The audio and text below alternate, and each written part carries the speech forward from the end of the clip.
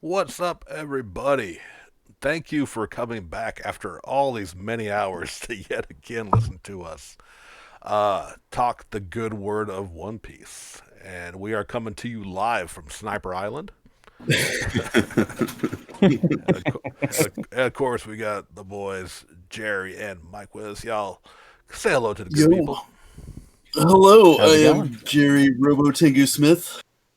When did we get to this Hmm. point where Sean was introducing us? I'm I'm just flying off the handle here, man. This is hour 5 of One Piece, and and I got nothing other than I'm trying to mix it up. Jerry, get off my ass. That works. That's fine. But I am Sean, bearded Capitalitin. And I'm Jerry Robo Tengu Smith. Oh, and Mike, I'm Mike Delvecchio. Yeah, returning once again to be trapped with us for another 2 hours at least, because we're going to see we're getting there, people. We're getting to. I can't say the good stuff because it's all been good stuff, but we're really yeah, hitting that delicious part. Like we're right. where we left off with tragedy. We're going to pick it up here. Oh yes, So Jerry, you had yeah. a you kind of said you wanted to start kick this off with talking about certain things. So why don't you get us started with that? Oh boy, yes. The summaries. So essentially, at the very end of our last episode, we had the Straw Hats running for their lives, and Kuma, the pirate warlord, showed up and seemingly obliterated the entire crew. Yeah. They all vanished into thin air. Well, it's like we actually find out where they are. Most of them, anyway.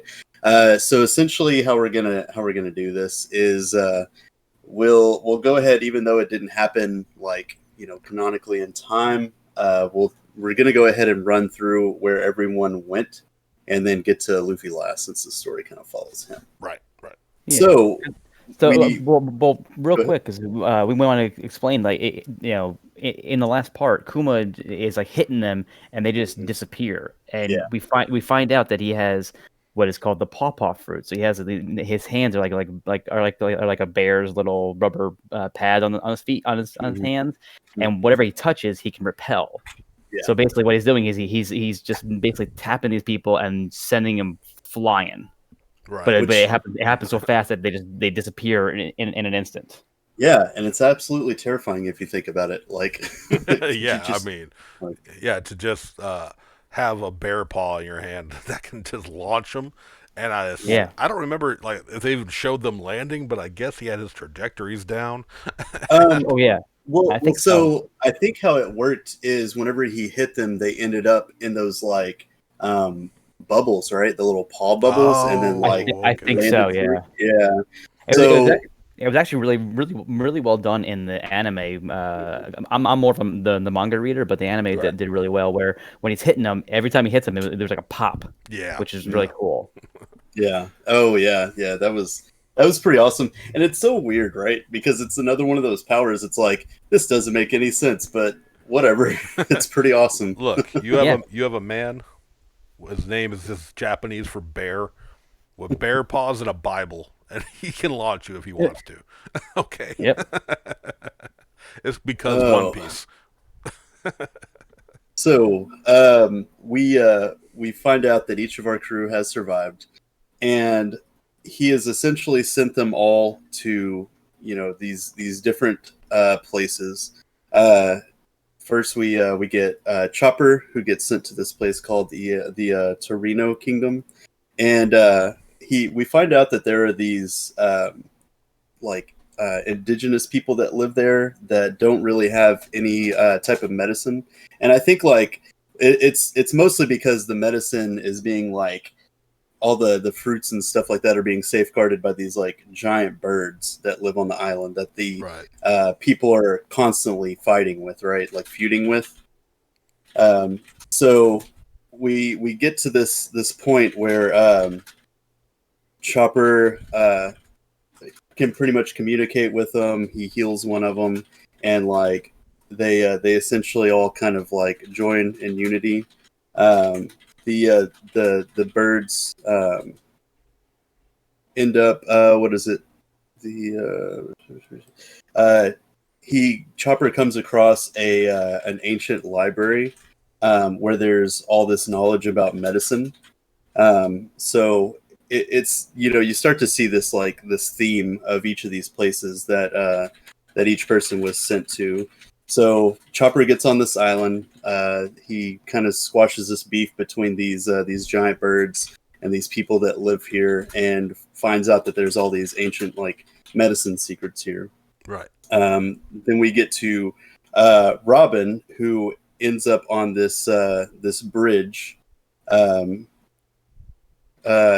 it's like they're kind of on this island called Tequila Wolf, and you find out that there are slaves on here that are being commanded to build this bridge across this certain part of the ocean, and her whole thing is she ends up running into the Revolutionary Army.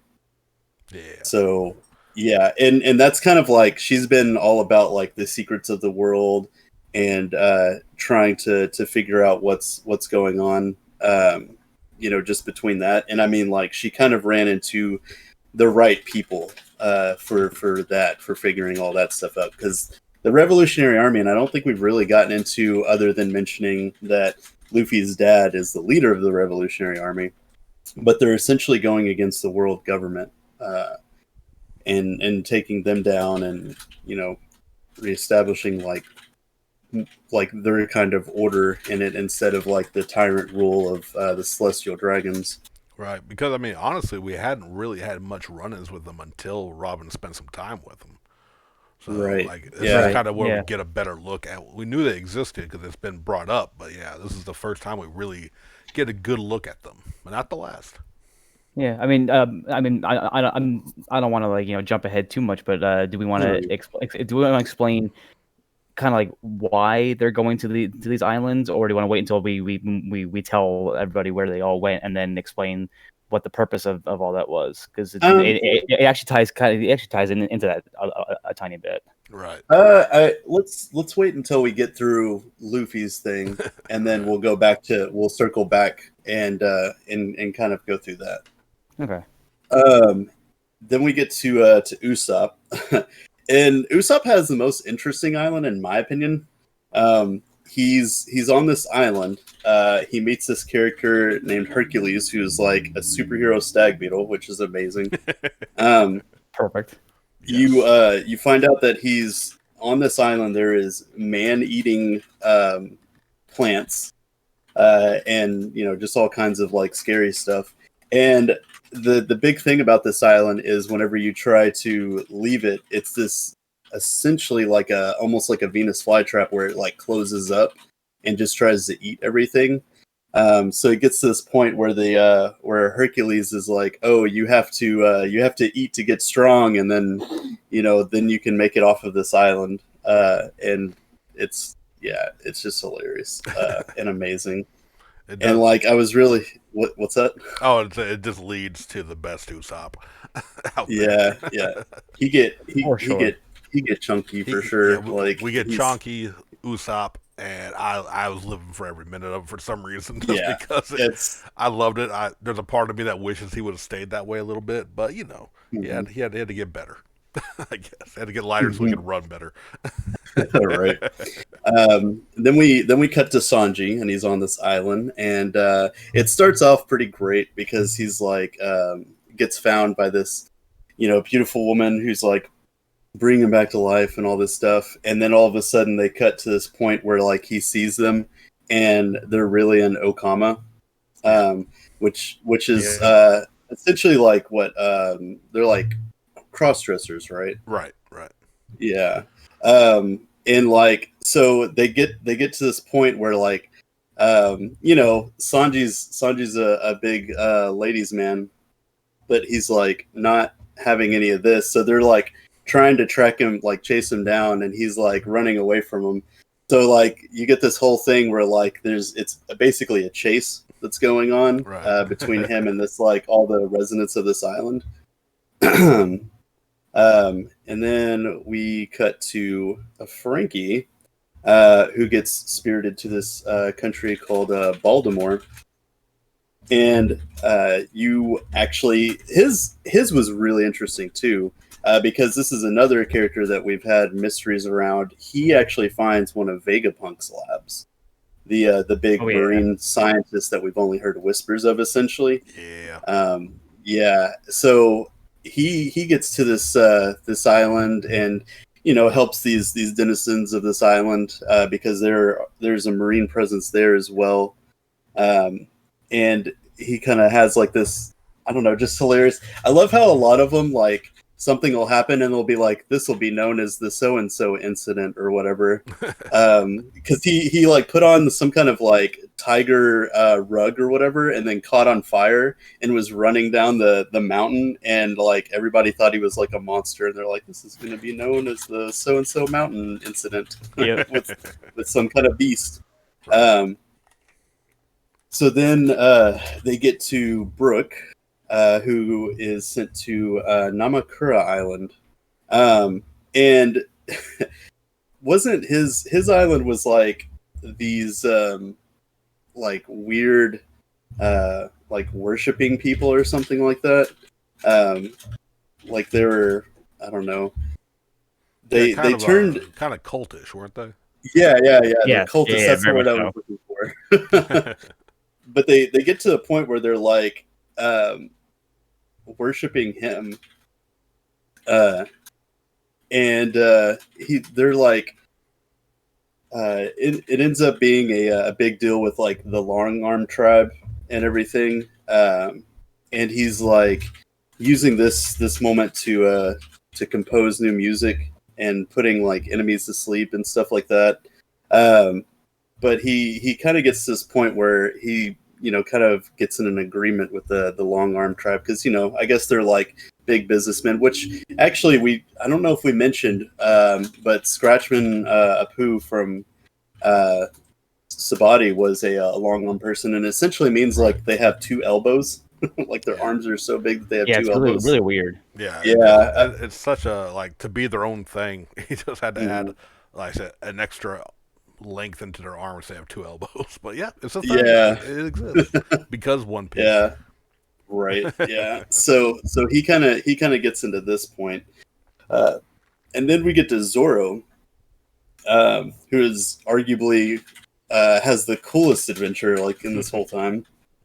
So he gets sent to this place called Kuragaina Island, and the first person he ends up meeting is Perona, which was the first person that we ever saw get spirited away by Kuma. And essentially her whole dream, because he asked her, if you were to go on a vacation, where would you want to go? And she said, somewhere dark and creepy and all this stuff. Well, this island essentially is the epitome of, or epitome of dark and creepy and everything. It's just like lots of grave sites all over the place and a big spooky castle. But you soon find out that someone else lives on this island, and it is the warlord pirate Mihawk. Yeah. Like full circle for Zoro here. Yeah, seriously. So it's really interesting, right? Because you've got Perona here, which was an enemy that, I don't know, Zoro never had to deal with. But then you also have Mihawk, who was one of the first big challenges that Zoro ever met, and he actually one-shotted and like beat Zoro. Yeah, he's the only one Zoro's lost to. Yeah. So. Yep. So then we get to Nami, who turns out that she is in Weatheria, which is a sky island. And it's cool because she meets all of these scientists, these Sky Island scientists, who are all about the weather and controlling the weather. And so it's just like, perfect for her. She's just got all these like secrets laid out in front of her, but they're also kind of like that whole thing of like, she wants to learn things, but they're just kind of like, oh, you can't learn our secrets and stuff like that. And I think she runs into one and she actually kind of like kidnaps him for a minute because she's trying to get back to the crew. but then like she kind of realizes like, oh, I could learn even more stuff about the weather and everything like that about him. So it was kind of neat. So that's like the entire crew there, and you kind of get this sense of like, oh, did they all have a purpose for where they sent? Like, is this it can't just be coincidence, right? Yeah, like they were Right, definitely yeah. sent on purpose. Like Kuma, I guess, just has a vast knowledge of the world. Because because Yeah, So well, because the we find out. I forget if it's at this point or not, but he's actually part of the Revolution Army, yeah, yeah, yeah, and that and so he sent them all to a place that he knew that they had to go to prepare for what was coming, kind of right. thing. right. To get stronger. There's actually this really great Reddit theory that I read like a million years ago. And it's just one of those things that had been floating around, that the book that he has is filled with Viver cards of different islands and stuff like that. Ah, Ooh, that's I like interesting. that. Yeah, yeah, and like it's how he knows where to send people, and like where certain things are, and how to be in the right place at the right time, kind of situation. Right. So, with those being said, we will cut to Luffy. Luffy ended up on this island called Amazon Lily, and Amazon Lily, much like the Amazonians of legend, it is essentially a island that is completely all the inhabitants are women. Yeah.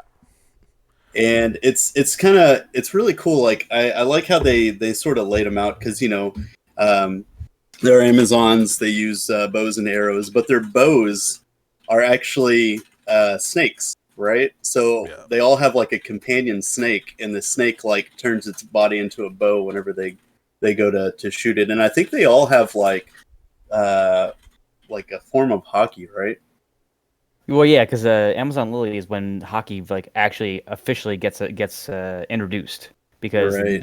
they're firing arrows at him, and they're like I forget if they explode. They do something where it's like something's different, and and this is when we start getting the inkling that there's more to this whole entire world that than we thought. Hmm. Yeah, and Um, like I said, the big thing is too is the leader of this island is another one of the seven warlords, and that's what we get Hmm. introduced to Boa Hancock, right.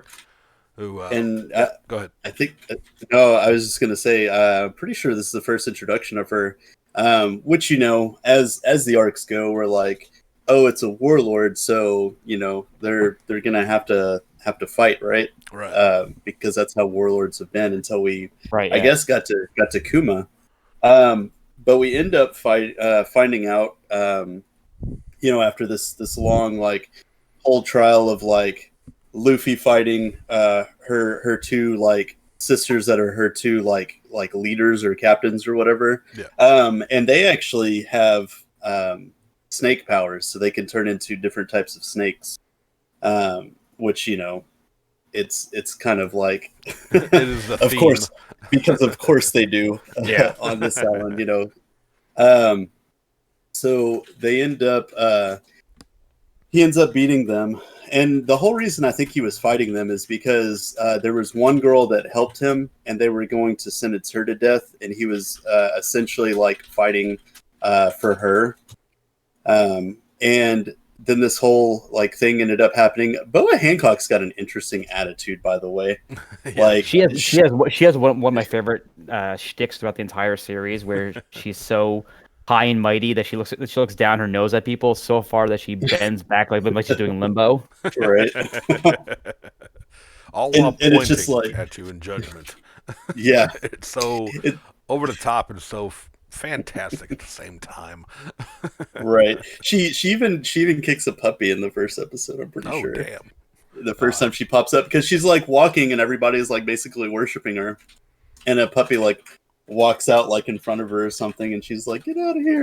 Yeah, which is Um, interesting with Boa Hancock, because again, like with that showing and knowing that she's a warlord and she mhm, is a villain for like the most part of this series, But then, like, when we get into her tragic backstory, you it's Yeah, through Yeah. Luffy Yeah. persevering through through these Amazons, like, because they don't want men on there, so it's a society run by women, and Luffy is just all fucking all that shit up, But Yeah. I do like how, like, it was, through that, like, the understanding of, like, because it was her back tattoo, right?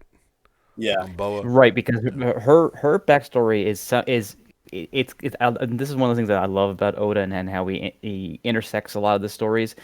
Her backstory doesn't super involve Fisher Tiger, but Fisher Tiger is the fisherman pirate who Arlong was part of his crew, and then Right. so and also the other warlord Jinbei, who we haven't seen yet. So it's like it's just like interesting how like these things kind of intersect, kind of, and then we find out later on more about that story. Right. Yeah, just all connected, and we come to find out, much like the fishmen who, like, the celestial dragons will imprison and keep as slaves, that a lot of the Amazonians, actually Boa and her two sisters, were imprisoned by the celestial dragons, and later on freed, and then had their, and that's why they keep, like, men out of their island, right? Is because of that, like, weird sense of control that they try to impose on everyone. And it's kind of cool how their island works out, because they have, their island is surrounded by the giant, like, sea monsters and everything, so it's, people can't, like, just approach it.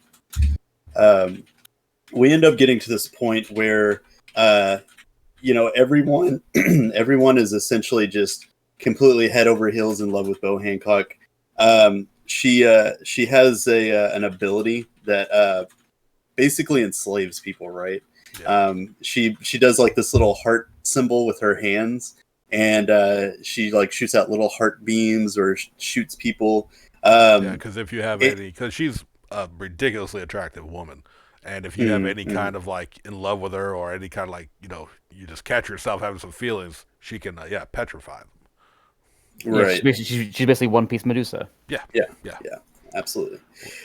So when we find out that Luffy's not really affected by any of that, she kind of gets to the point where, like, she ends up, like, admiring him to the point where she's, like, obsessed by him. Yeah, she is. Yeah, very much so.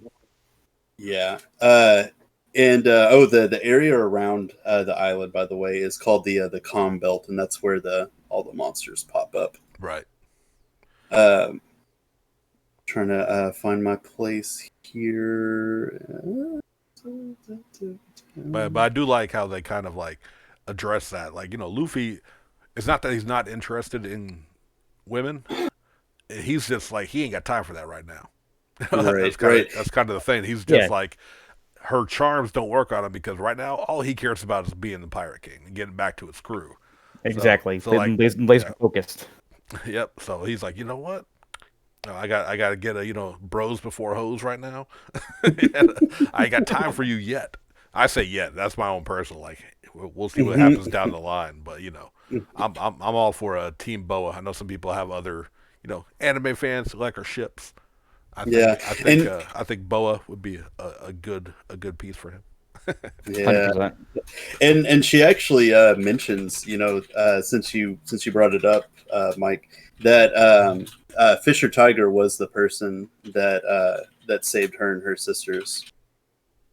Right. Yeah. They briefly mentioned it, and that's why they have the big symbol on their back was that they're all slaves, and that's like the celestial dragon symbol, I guess, of like the branding almost and all that. So Right. and that we find out again, like, a few arcs down the road when we actually get into that backstory about like what the symbolism of all that is and everything. Yeah, it's really interesting, just how that all, like, panned out. We kind of mentioned before, when I think Rayleigh and Shaky was telling Luffy about the Vivre card, like Ace's Vivre card. Yeah. And how, Ace gave it to him and said, wherever you are, you can find me on this. And it was a full ass piece of paper, but it's kind of getting charred now and turning into cinders. And we actually find out soon after, like, while he's on this island, that a newspaper comes in, and we see that the world government has caught Ace, and that he's essentially going to be executed. Yep. So He's a big yeah, wanted man for being part of Whitebeard's crew. yep, and that gives us the resolution of the Whitebeard or the Blackbeard Ace fight that we talked about in the was it the first episode, right, or the second episode? One of those. I think I think it was last episode, and Yeah. that and because of this is Blackbeard, because he was the one who brought him in. That he gets to become a warlord after this now. Yeah. Right, and I think he got to become the warlord because Crocodile's spot was open, right? Yes. Yep. After Yeah. Luffy. Yeah. Mm-hmm. Yeah, because Crocodile was stripped of his title because of his involvement in Alabasta, of like all the corruption going on in there. Yeah. So essentially, Luffy ends up getting with Boa Hancock and talking her into taking him to the big prison Impel Down, right? Yeah. And it's kind of one of these things where I think the world government is, predicting that some, like, Whitebeard's crew is going to intervene because this is one of their, like, top dogs, Ace. So they're trying to get as many people there as possible. So essentially, they send for Boa Hancock because they want all the warlords to be there. So of course they send for her. She finally agrees as part of, like, the plan of helping Luffy get to Impel Down. And it's kind of funny because he hides. I think he hides under her clothes. Yes, yeah. And so she gets to this point where they're like they keep trying to poke their nose into her room or whatever, and she, like, ends up, like, turning them away or using her devil fruit power on them or something like that.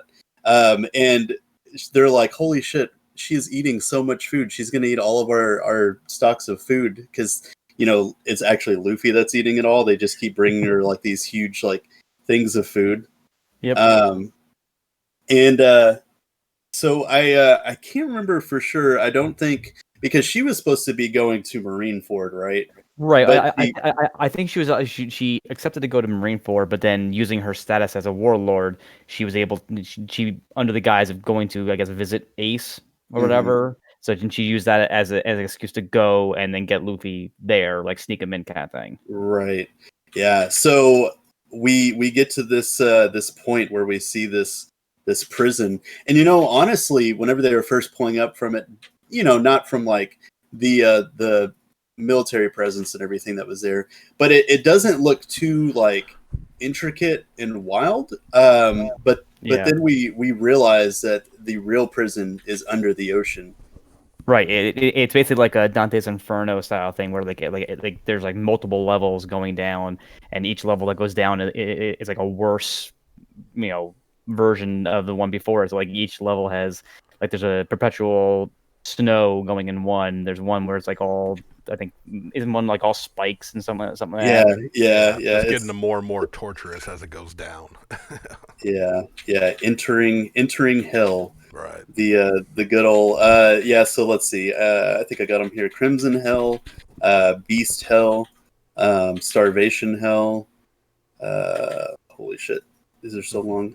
Blazing Hell, and then I think that's after Blazing Hell, Freezing Hell, and then when you get to the very bottom after Freezing Hell, Eternal Hell. It's a very, very Dante's Inferno type of deal. So we're introduced to a lot of characters as Luffy's trying to make his way down here, and this is one of those things that's like, they've only mentioned once, and it's really cool, right?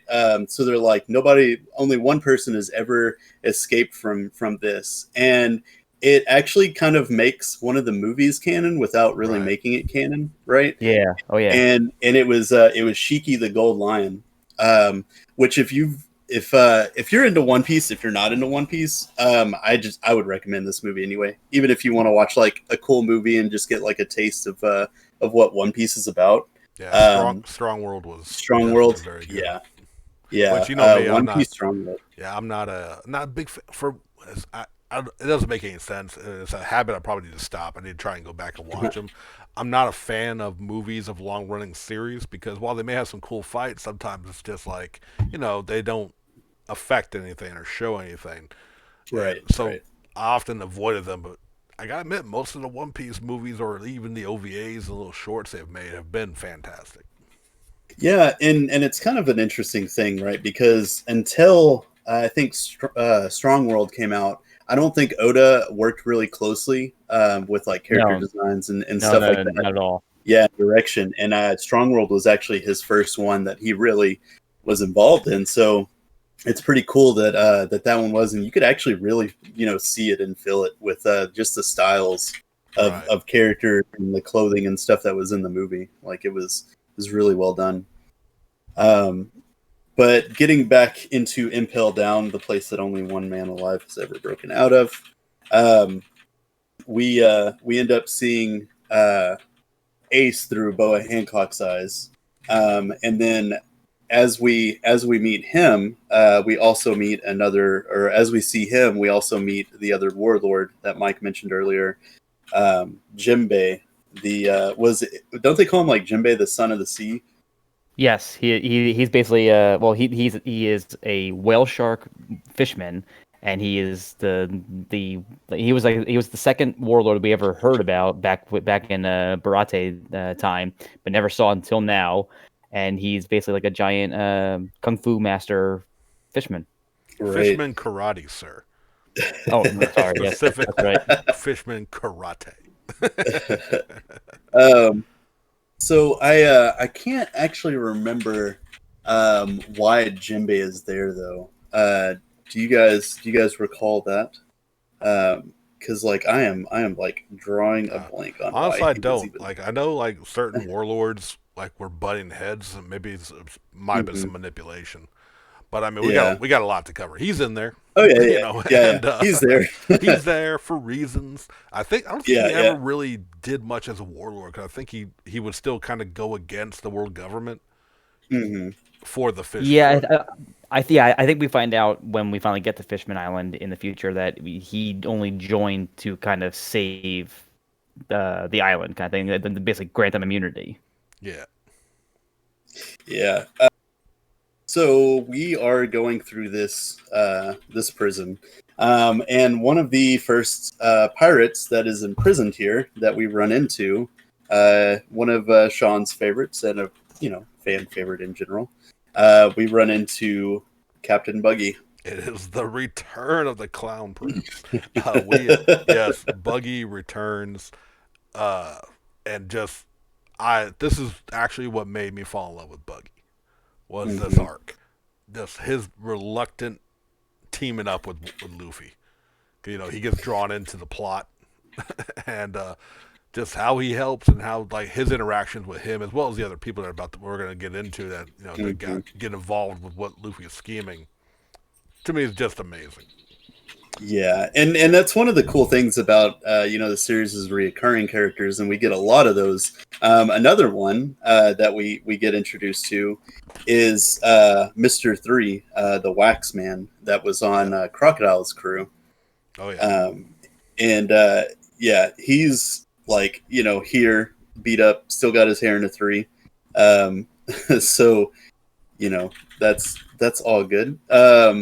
We also get introduced to the what is he called? The Magellan, the main person, the warden, the warden of the prison. The warden. Yeah, I loved his character, and I loved his devil fruit. Yeah, he was really cool. We also get introduced to the jail head or whatever, or the vice chief of Impel Down, Hannibal, which is an interesting dynamic between him and Magellan, because he's always wanting to take over as the the warden or whatever. Right. So he's like kind of has some hesitations with going and helping them because he's like, oh, maybe they'll beat him or whatever. Yeah. Um, You got so that underling that wants to come up, but he knows he's not strong enough to like take down right. Magellan. So Magellan has a poison devil fruit power, but it also causes him to have like real bad stomach issues. So I think they carry around a toilet every now and then for him. So it kind of like puts Yeah, him out of commission. he's basically out of commission except for like 1 hour a day. I think the joke Yeah. was. And then so the rest of the time it's supposed to be handled by Hannibal, and he's just like, so both of them are kind of interesting characters, and I can't remember if we've seen any of their race before. And I think they're been referred to as like snake tongue or something like that, but they're almost like demon-esque looking. Yeah. And they have like horns and like different colored like bodies and stuff like that, like not really like like demon looking. It's pretty interesting, and it kind of brings in this other race that they have unofficially like brought into the series, which was really cool. Yeah, for sure. And of course, Like their demon-esque appearance adds to the whole Dante Inferno feel that Right, Go Down right. has. Right. So it's kind of funny because whenever we run into Buggy, Buggy's like, all right, I'm busting out of here. And Luffy's like, no, we have to go to the bottom. And Buggy's just like, why would I ever want to do that? So he like, I guess reluctantly joins Luffy at this point, right? Yeah. And Luffy and Buggy kind of become... Is it? No. He didn't. He talked about it in the first time. I was trying to remember. I thought like maybe he expanded maybe upon him and Shanks' history, but I think he pretty much explained that the first encounter when he saw the straw. Yeah. But like, which again, he just again hates Luffy so damn much, but he knows like the man got here with a plan, so like he's a good chance to get out. Yeah, and some of Buggy's other motivation that I just like scrolled past. When I think it was from Skypiea, they were going through a bunch of treasures and stuff, and Luffy actually found this interesting armband, and he's been wearing it ever since. Buggy sees it, and all of a sudden, like something clicks in Buggy's head, so he agrees to help him as long as Luffy gives him that armband, right? Right. Yes, yeah. I think it was just basically him escorting Luffy to level 4, and Buggy essentially gets him through that, and I think that was like the spiky one. Yeah, because level 5 is the ice one, I believe. Yeah.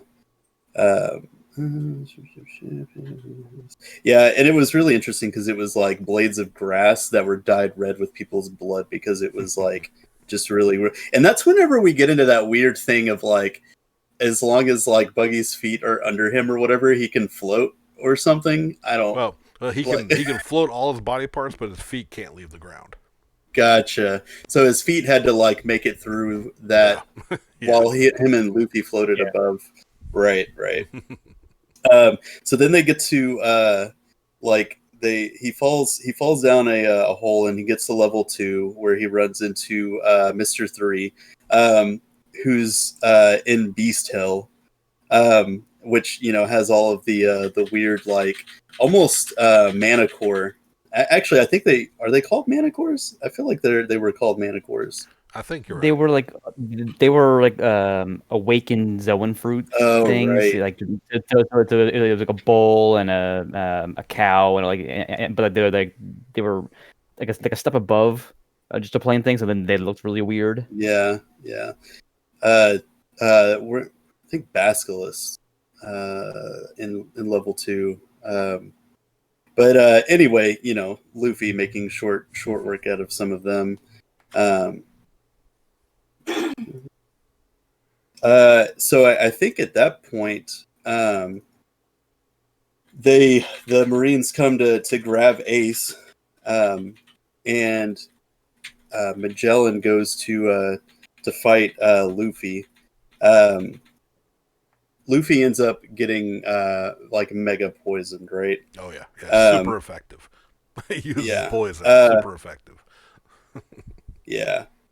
I'm trying to see. Yeah, because Magellan's fruit isn't. You would think the way that they show it, he like, covers himself in poison. He like has the dragon heads and all that, and it looks like it would be a Logia fruit, but it's actually a paramecium. So it's like he's just covering his body in poison. Yeah. So whenever Luffy hits him, he's touching poison. Right. They actually end up getting to Freezing Hill before that happens. Now that I think about it, Luffy, Buggy, and Mr. 3 make it into Freezing Hill, and they actually find a cell containing one prisoner who someone that we haven't seen or heard from in a while, and it ends up being Bon Clay, which is like this was for me, this was like the big return, right? Because he was such an interesting character. And they end up that's whenever the Marines are going to move Ace and everything. Bon Clay's return was this again, like he's just one of those characters I think a lot of people like were super excited to see return, even though he was a bad guy. They fought him. He's kind of that lovable bad guy like Buggy, which I think that made a lot of people at the time happy. I was happy to see Bon Clay again. Oh, for sure. Yeah, it was awesome, and using Mr. 3's wax power, they went ahead and freed him, and anybody that had devil fruit powers, they put sea stone handcuffs on. I think forgot to mention that, and that's where like Mr. 3 comes in because he can just make a key for it. Yeah, which again, the return of like a callback from however long ago, we dealt with Mr. 3 all the way back in lead up to Alabasta, and the return of that, and Oda just having all these like still being able to bring them in and make them useful, even though everyone's well powered up past them. To me, adds to the creativity of the writing. I completely forgot when Bon Clay first shows up, he actually has himself disguised as Zoro. So everybody's like, "What the fuck is Zoro doing here?" I forgot about that. Yeah, and then he transforms into Bon Clay, and then Luffy's like, "Oh, awesome, yeah." A little disappointment, but then still, excited to see Bon Clay. They get separated. Oh yeah, because Buggy and Mr. 3 essentially get split from the group because they're basically like, plotting schemers, and they're trying to get out of the prison. And Bon Clay decides to help Luffy. And that's when I do love also, you want to talk about another dynamic team is Mr. 3 and Buggy, because I know, right? Like 3 knows like Buggy's limitations, but like he can't help it. Like this dude's got like, wow, this man's lucky more or less. And like, so I like that he ends up sticking with Buggy even after all this. Right. And you also we also get mentions. We find out that Bon Clay is trying to meet someone who's in the prison that's a legend, and it's the queen of the Kamabaka Kingdom and the idol of the Okama, and that's Emperor Ivankov. Oh yeah. Yep. Who was essentially a giant-faced version of Tim Curry's character in Rocky Horror Picture Show, but in One Piece. Who loves the yell out yeehaw. Right. He's fantastic. I love some Ivankov. And this is the guy who I'm almost positive is based on a person that Oda actually knows and put him in here, as like a tribute. Yeah, I believe you're right on that. Yeah, but I believe the original voice actor was the inspiration for this, and he basically made the character so that when it became an anime, that he would be able to do the voice. Yeah, that's kind of awesome. So we get to this point where Bon Clay and Luffy fall into Blazing Hell. We get a little side of these prisoners like being marched, just down these like really long bridges, and there's like lava everywhere, and it's super hot.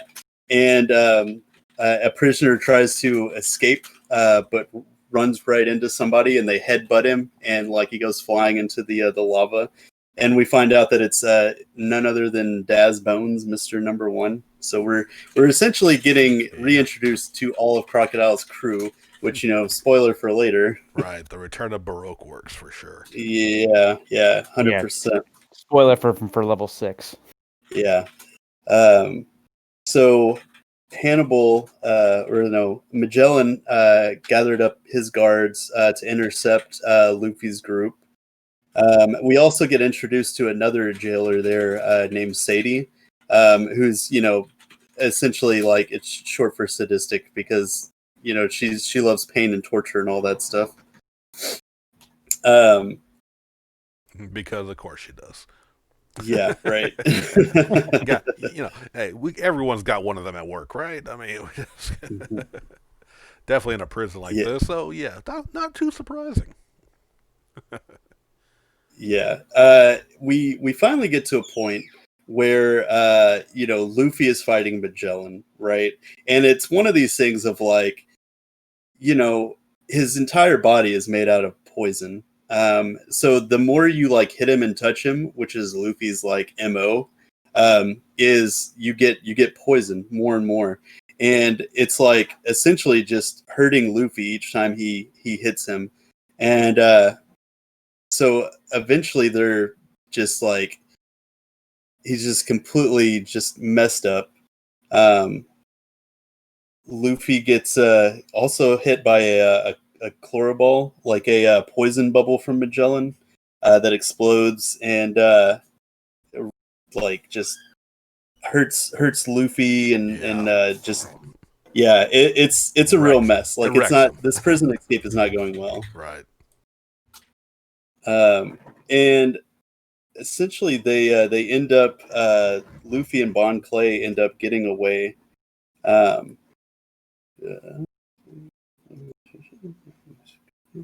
Sorry, I'm just kind of like looking through here. Oh yeah, that's when Bon Clay also disguises himself as Hannibal and like tricks the guards into going somewhere else. Right. Yeah. So essentially, what it ends up as, Magellan is like, okay, this is over. I'm gonna go like squash these other like people that are you know, raising a huge fuss. So he basically leaves Luffy in this like puddle of just straight up poison. And Bon Clay is carrying him through freezing hell. There's like wolves attacking and all of this stuff. And they end up, I think, just kind of succumbing to all their injuries.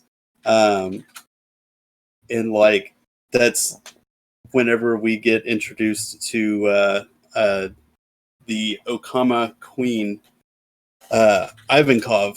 They basically get saved, and we find out that there is a secret level that nobody else has found, and he's basically saved all these other pirates that were stuck here, and they created their own kingdom. Yeah, just living their best lives in the prison they're stuck in. You're right. Yeah. So it's kind of like this really interesting bit, you know. We end up, you know, with this place called New Kamaland, and all these people are dressed up. They kind of have this this like drag show going on, so it's like this big, you know, spectacle, and everybody's like cheering and everything. We get introduced to Ivankov, which, as Mike said earlier, he's like this like superimposed version of Tim Curry's character, Dr. Frankenfurter. And he's like, you know, dressed in the what do you even call that outfit? It's like it's like an open chest onesie with fishnets and high heels. Which is the standard uniform for, you know, Okama Land. They love their fishnets and heels. They all look fabulous, and they're living their best. Like I was saying, they live their best life, and like this is something you know. Now, of course, I know I'm not being a hetero male. I may not be the one to be, you know, complimenting them on how they handled this, but like for a shonen anime, to really Mhm, tackle mhm. gender identity and sexuality and stuff like that within this group, and shown it in to me, a fairly positive light. I thought was really cool. Oh yeah, Because Yeah. like definitely. you show how happy they are just being them, and when we get into Ivankov's power, the hormone fruit, that he can Mhm. change genders and stuff for people to live how they feel. I mean, that's like talk about fluidity before I even knew what the fuck gender fluid is. And like again, I was just like, Odin's the fucking best. You know what I mean? And like I said, the way I looked at how he handled this and like created this group, I loved it. Yeah, yeah, no, it was awesome. And it's kind of like an interesting thing that we'll also bring up again later, towards the end of all of this, is just more on their character and everything. And he's just really interesting because with that hormone thing, he could do a lot of different things to people. And I think one of the things that pops up is a guard comes in and he actually Yeah, changes the guard into a woman. yeah, he does. Yeah, Yep. And we yeah. even, So yeah, I was gonna say, and we go even ahead. see Ivankov throughout the rest of this adventure. He uses it to change his body form for different situations. It's just so fucking cool of an idea, because he's Ivankov is strong as hell. Mhm. He Oh, may very be, much so. yeah, he may be like silly by appearance, you know what I mean, or like and yelling yeehaw and just his kind of his flamboyant character, but like yeah, he ain't to be fucked with. He's down this bottom levels for a reason. Right. Yeah. Right. I mean, I can't remember where when it comes up, but he has connections to the Revolutionary Army. Like Yeah. he's a big name when it comes to like that whole group. Yeah, and it's kind of interesting. So we get this whole struggle where Luffy is basically on his deathbed, and Ivankov injects him with so much that he's just like, there's no way he's going to survive. And then, he ends up pulling through this as it is, and they bring him all this food and everything, and he kind of gets his energy back because that's how Luffy do. Apparently, he doesn't need medicine; he just needs a lot of food. Look, meat Um, solves everything. Okay. but yeah, Luffy kind of gets talking to him, and I guess he mentions his dad or something like that. Somehow they get into talking about the Revolutionary Army and how Ivankov's like a big member of it.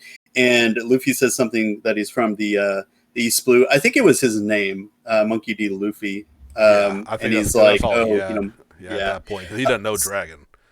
But it's kind of cool because Dragon or Ivankov kind of mentions like thinking back to where like, oh, anytime Dragon was like looking off into the distance and like just thinking, he was always facing the east, which is where Luffy was at, the East Blue and everything. So Right, right. I thought that was a kind of neat thing that I honestly kind of forgot about. Um, so we get some intel that they're getting ready to move Ace, like they're moving up his departure time, and they show that the Viber card is still pointing downwards, which means he hasn't been moved yet, but they're planning on doing it soon. And they essentially decided to do this because of everything that was going on in the prison. Um, so they all just essentially get together and decide to go down there. Meanwhile, I think Magellan is trying to quell all this, and I believe at that point we get some other visitors to the prison, and it's Blackbeard and his crew, Yeah, which yeah. is real interesting because we're like, oh, what are these people doing here? And Yeah. like I think they had even gained some additions since the Ace and Blackbeard fight. Yeah, because I mean, If he I'm only not had like mistaken. one or two maybe at that fight, and even at this point, he Yeah. still only has like maybe one person extra. Maybe he has a real Mhm. Right. Because small crew. Yeah, because the first time we ever see him, he has Jesus Burgess, the giant wrestler, luchador wrestler. He's yes, got Doc Hugh, I think is his name, the yeah, giant guy on a giant horse. right. Yeah. The sniper, I forget his name, and then I believe the guy who has like the weird guy with the top hat and wings. Right, right. Yeah, Yeah. comparatively, he has a very small crew for how like how crazy important he is and how dangerous he is. Yeah, you know what? And you mentioned Lafayette. He was the guy with the wings. That's it. Yep. Yeah. I think actually that we actually saw him before we saw Blackbeard, if I'm not mistaken, because he was in Mary Joa's, or maybe it was actually he went to Mary Joa's to tell them that he caught Ace and that he wanted to be the next Warlord of the Sea. Correct. Yeah. That's what it was. Yeah. His sniper was Van Auger. Okay. Yep. Yeah. So he pops up and all of a sudden starts wrecking the prison as well. So Magellan kind of is like, well, I got to take out this one group, but I have this other group that just came in. So he goes to one of the cells and opens it up, and you actually find out that there's a one of the he's not the executioner. He's another one of the prison guards that they had to lock up because he kept killing prisoners. And Shiryu. Shiryu of the Rain. And he's got such a that great very name, like. by the way, too. I don't know why I love that nickname. Yeah. And you know, they give him back his weapon, which is a katana, and you know it's got to be one of those named blades for sure. Yeah, I don't think Oh, they've mentioned it, but it most likely is. Anytime someone of significance has a katana, it's probably a legendary. Yeah, so he lights up a cigar, and Magellan basically tells him, you know, if you go and take care of the fools up top, then I'll you know, they'll figure out some kind of situation where he doesn't have to be in the cell all the time or something like that. So he so he goes up top. We finally get to a point where Luffy and like the entire Okama kingdom and whatever other prisoners they picked up with like Bon Clay and everybody, and they're just fucking destroying the Marines. Yeah, they are. Yeah, and it's kind of funny because it's fantastic. Ivankov has this move called Death Wink, where he creates explosions with his winks whenever he. It's like so great. Again, it's just so amazing. So he ends up doing this thing where he injects his head, and it makes his head grow even larger. So you get this thing where like there's a bridge, you see a bunch of people, and then a giant head just moving across the platform. I got a picture of that on the video feed over our dialogue, so y'all can see the glory that is Ivankov. So perfect. So they finally get to the bottom, to Eternal Hell, but when they get there, Ace is gone. Like they've finally moved Ace, and so who we get is Jinbei, the fishman. Jinbei the pirate, who was a warlord, I guess, up until recently, and he ends up, you know, joining up with them. They get locked into this area, and they're trying to figure out how they, you know, are supposed to get out. And you know, another person in another cell is like, "Oh, I could help with that," and it ends up being fucking Crocodile. That motherfucker Crocodile. Yeah, it comes. Yep. Comes full circle. Of all the people that we have, and like we've got this like powerhouse of people now, right?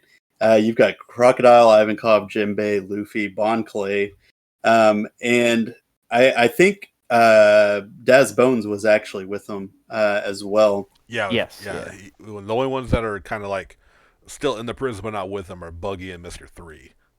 Mm-hmm. But they're still somewhere. Yeah. And like we still get all of their like funny antics in between, and like them trying to sneak out while also using the wax power. So they essentially they start to make their way out. Jinbei finds out that Ace's execution is set for 3:00, and that Whitebeard can make his move at any point, you know, at any ocean, while they're on their way or after they get there or whatever. They just go completely ham on some more guards, and they're just going through this Yeah. place. Meanwhile, we hit Shiryu, who meets up with Whitebeard's crew, and you could obviously tell that they're not really a match for Shiryu as it is. He's just a badass swordsman, and I think he actually makes a deal with them, or they make a deal with him to. Yeah, because he didn't like initially want to go with him. He was just Mhm. like, grateful for being freed out the prison, but he got more prisoners to kill. He was going to fight them, I believe. But yeah, I think he pretty much knew if he stayed there, he was going to get executed. So Mhm. Basically, yeah. kind of reluctantly join him, but then again, he's going to get a chance to kill more people. That's all he's really obsessed with. Yeah, and it ends up turning into a thing where Shiryu ends up joining their crew, which is really interesting and kind of just adds to their like just insane like strength. We get through like the rest of the group, um, essentially just making short work of everything. Buggy and Mr. Three shoot back to them every now and then, and they're just like freaking out because Magellan's out there and they've got Shiryu and the Blackbeard pirates and everything. And Now Magellan, sorry, real quick, they yeah, didn't go ahead. they didn't come specifically for Shiryu, but they weren't they looking for that woman? Well, Uh, I think part of the we find out that he became a warlord just so he can get access to Impel Down, Yeah, but so that he could expand his crew basically. oh, okay. I Yeah. couldn't remember if he had specifically came. Like, I didn't think it was for Shiryu, but I can't remember the woman's name. But I know like they end up getting her as well here in the prison. Yeah, Mhm. he basically during all this he comes to release like 4 or 5 other level 6 uh, inmates which level 6 is like where that's like the worst of the worst go. Right, So right. like Mhm. you basically never hear about them ever again, kind of thing. Right. Yeah, and it's I don't know. It's just such a great like opportunity to introduce characters and just all these like scary people. Because I think they even had like one just absolutely gigantic cell down there, with Oh the yeah, worst of the yeah. worst. Yeah. So we really only get like silhouettes and everything from all of these crew. Um, we eventually you know Luffy and everybody that he's with ends up meeting back up with Magellan. So he's got this person that like just about uh killed him essentially. And they met up with Buggy and Mr. Three. So they come up with this great plan for him to fight Magellan, because apparently he can't get past the wax powers of Mr. Three. Like Mr. Three will create a Right. wall of wax and stuff like that. So he essentially gets him to make him wax armor, like a wax like And it's um, amazing. robot. Yeah, because like the giant Right. boxing gloves, again, kind of a throwback to that, and the Mhm. armor is Yeah, just fucking great. and this is kind of like building off of that natural enemy that like then that we saw in Skypiea where Luffy was an Enel's natural enemy no matter no matter what, like rubber just didn't affect lightning didn't affect rubber, whereas poison somehow doesn't affect wax. Mhm. Yeah. I think they kind of get to this point where they kind of go at it a bit, and then they still off an entrance and separate themselves from Magellan, and that's when Luffy runs into Blackbeard, and essentially, um, realizes that Blackbeard was the cause of Ace being locked up Yeah, and yeah. getting like executed in the first place. So they actually get into it because Luffy gets angry, of course, as he do, Luffy gets get into serious mode. Luffy get angry. Hmm. Yeah. So, but it was kind of funny because it wasn't one of those things that Blackbeard did it because it was his brother, because he didn't know at all. And they basically fight, and let's see. Yeah, he essentially knocks him to the wall because he used it all for like his own gain, and just because this whole situation, Luffy proclaims he'll not let Ace die, and just essentially is just attacking Blackbeard this whole time. Jinbei stops Luffy and was like, "Hey, listen, we don't have time for this. We have a priority to get Ace." And I'm trying to find out where we are at this point. I mean, it's just so much goes down in this prison. It's another incredibly important arc. Not only do we see kind of like repercussions from previous arcs, and seeing the return of a lot of villains, who kind of like I said, Bon Clay, which granted if I remember right, like he fought them, but he kind of left on good terms with the Straw Hats.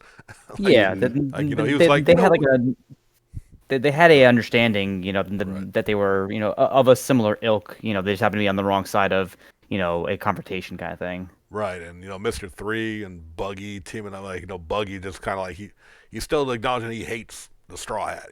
He hates Luffy, but like they still they realize they have to work together. And again, a means to an end. Like in no way is anyone really forming an alliance, save for a couple, which we'll get to. But yeah, like this whole like thing, and then again, like Ivankov's connection to the Revolutionary Army is huge. Jinbei as another deeper connection, which we'll learn about with the Fishman pirates. So like again, like this one is just great, and then the Magellan battle. Again, Luffy taking a loss to get stronger again. Because he had, I believe it's something that kind of plays in a little bit later, maybe. Doesn't he like take so much poison and survive? He kind of becomes immune to weaker ones. Well, yeah. Go ahead. I would say I think that they had implied that like because he was able to take that and then have the hormones injected in him, that he was able to kind of like somehow be resistant to lesser poisons. Right, like he ain't gonna get. He still couldn't take like say Ivankov, Magellan again. But like I think somebody tries to use like a minor thing. He's like, nah, that's not even a factor anymore. Because it's again, I love loss or strength through loss in anime.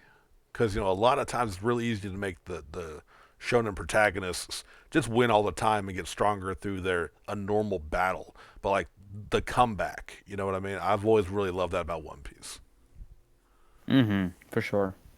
Yeah, and I think meanwhile, while all this is going on, there's this whole like all these other pirate ships that are popping up. They're trying to get out of the prison. Right. They get to this point where they're like, they get up here and they're like, oh, we need to steal a ship. Like this is looking really bad. So I think it's actually Daz Bones, Crocodile, Buggy, and Jinpei make it to the front door while Luffy and the rest of the people are trying to fend off Magellan. They knock one of the doors off, and Jinbei just has them jump on, and he just like carries them to a boat. Those three that I mentioned earlier, right? And they're trying to fight through Magellan. Mr. Three creates like a wax wall, and Luffy just absolutely just decimates it into Magellan. And we get this great scene with a bunch of whale sharks, and the one like really, I guess, bad thing that happens is so there's a scene where they're trying to close the gates, because if the gates close from the ocean, then they're stuck there, right? But all of a sudden, we hear the voice of Magellan saying to keep the gates open, and we find out that Bon Clay had stayed behind to make sure that everyone could escape. And we get like one little like last stand of Bon Clay, and he basically just claims that this is what a man has to do or whatever. Oh yeah. And and he's like doing it for his friends. And that the whole time, it's kind of funny when Buggy and Mr. 3 were going through, he was unlocking cell doors and everything. So when they finally get to his ship, even though you have these big names like Jinbei, Ivankov, Crocodile, Luffy, who are essentially responsible for everybody escaping, all these pirates are essentially like convinced that Buggy was the one that saved them all, right? And that's the genius of Buggy. Yep. I love that. Like basically, what this gets to is that like Buggy ends up in charge of pirates who are way stronger than him in combat. you know, Mhm. but hey, what do they say in D&D? Charisma's not a dump stat. Right. Buggy's got that luck about him and that way of manipulating. Gotta fucking love it. Right. Yeah. And it's it was just really, really hilarious and kind of setting the ground floor for some other interesting Buggy shenanigans. But we still have an ace to save, so they are all discussing like, having to get there. And it's kind of funny because they mention about his brother and everything. And Luffy kind of lets it slip that he's not really like his flesh and blood brother, that he's actually Gold Roger's son. Right. And this just kind of like sends a shock to everyone, that Portgas Diaz is Goldie Rogers' son. And they basically like were raised together, and that's kind of how it went. Like it was pretty good stuff. And just that they held it. Huge reveal. Sorry to cut Yeah. in, but like that's so major, and like Yeah. and to get like because they've always referred to each other as their brothers, so you just kind of assume, but then to find out that not only are they just kind of like not related but grew up together, but to be Gold Roger, who so far has only really been just a man of legend with no connection to other than inspiration. But now we have that direct lineage now. It was pretty big reveal there. Yeah, and I think that's why he's such a big target for the Navy, the Marines and everything, is taking out Gold Roger's legacy, which in a way like his legacy is more like about the One Piece and like the dawn of the pirate age and everything.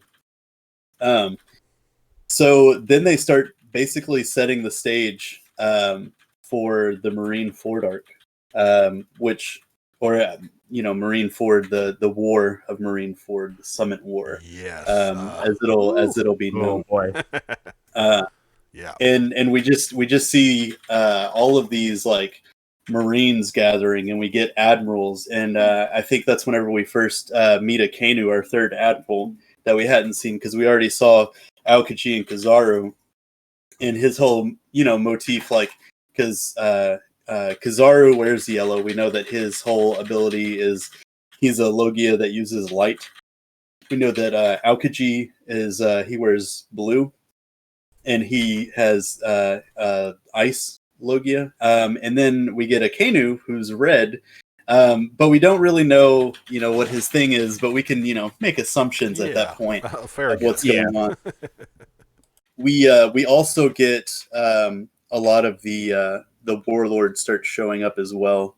I think in this whole time there was talk and rumor of Whitebeard going and Kaido trying to stop him, and Shanks kind of intervening to stop him.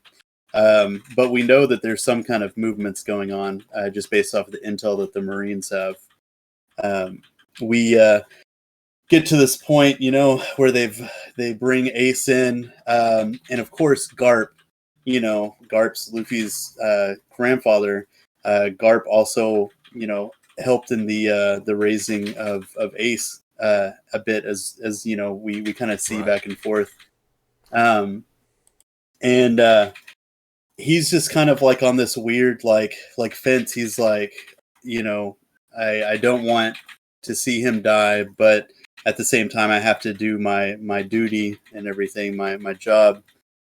Yeah, which So I he's think that very was I think it was around here is where he kind of like acknowledges that he wanted them to go be Marines.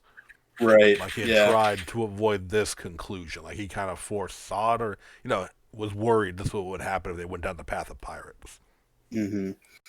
Yeah, and it's yeah, it's really interesting because we get a real big like kind of heart to heart between them two, because Ace calls him grandpa as well, even though it's like not his actual grandpa, which is funny, when you think about it, because Garp was like, "Oh, my son's the leader of the Revolutionary Army. Well, I'll just have his son become a Marine, and then his son became like an infamous pirate." So it's Right, like, Garp, come on. like you just can't argue it. Like the fact Yeah. that, and you see the way Garp acts, even with the Marines themselves. It's amazing he didn't become a pirate, and he would have been a Yeah. fucking beast out there. Yeah, for real. And it's kind of interesting because we kind of get those like neat little tidbits of Garp kind of had the same relationship, I guess, that sort of Luffy and Kobe kind of have, but like more matching power levels. Right.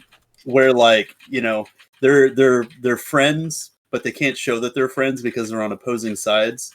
Yeah. Yeah. So like it's more of like a cat and mouse game, but like almost like what Lupin and the cop that's always chasing him around. Yeah, I guess in a Co- sense with that because yeah, like although that's really he really does want to bring in like Garp ain't trying to bring in Luffy or anything, Yeah. but like right. and the Right. cop and Lupin, he really does want to bring them in, but he actually does respect Lupin. Yeah. Too. Yeah. Even though he's a criminal, he's seen through all the adventures what he's done. But yeah, no, Mhm. I see it though. I see the comparison you're making. Yeah. So we get to this point. You've got like all these marine giants and everything. Like it's an imposing image with the big marine headquarters in the background and everything, and like they've got Ace that they're walking up to a chopping block and everything. And shit is about to go down. And this is being like they're not transponder snail, but basically something like that. But this is being filmed and sent across like the world. Yeah, Like his yeah, execution, exactly. his execution is being broadcast around. They the they world. are Yeah. they are live streaming Ace's Yeah. Ace's execution.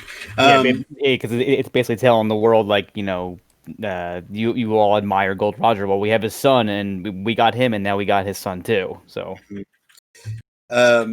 So we get to this point where they're expecting something, and they're basically going through like we've got all these ships over here. The inside of this place is kind of like Thriller Bark in a way, where it's like a huge circle, and they have like one big main port area.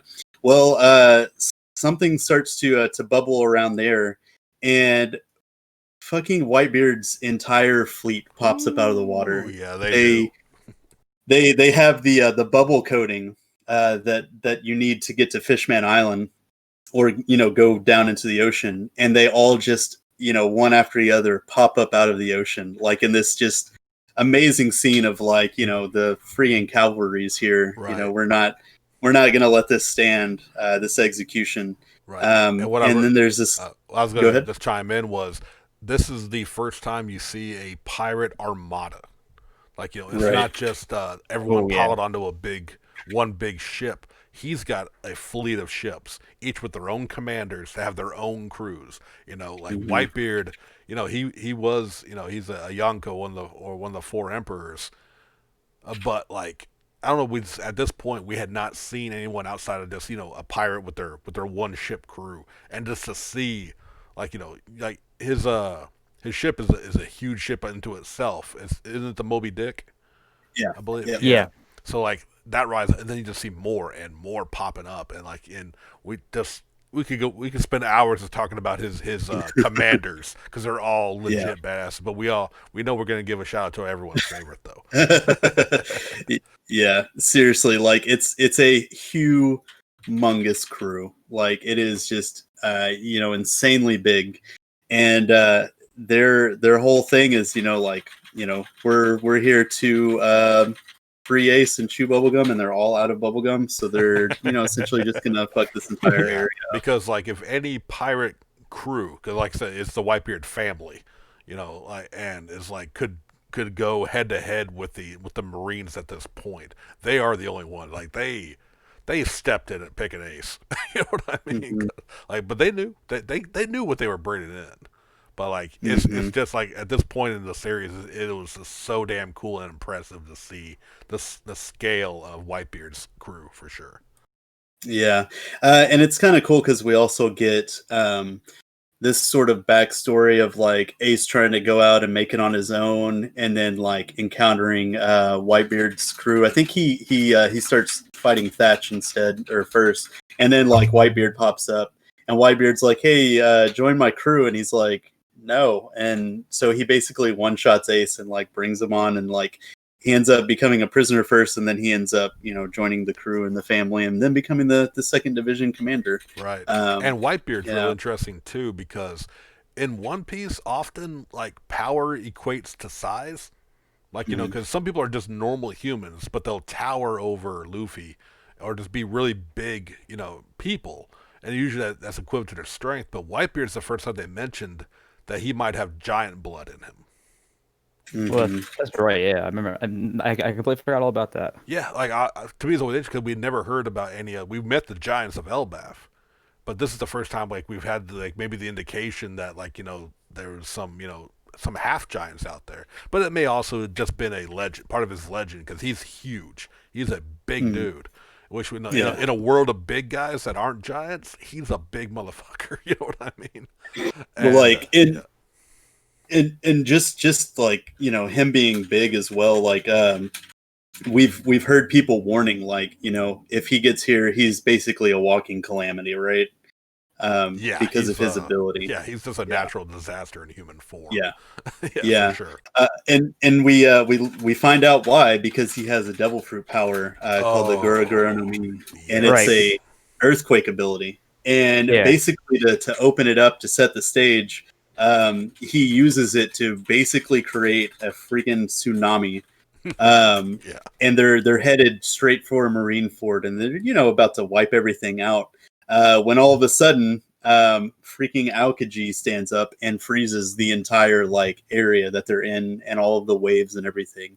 So it kind of comes to this like head of like, okay, yeah, you're cool, but we're cooler, kind of Yeah. thing. Like they keep Right. going back and forth, and I think at that point, like all hell breaks loose because then Kizaru pops up and he's like, oh, he's just a dude, and he goes to shoot a laser beam, and I think it's just so great because this is the exact moment where I got caught up in the anime.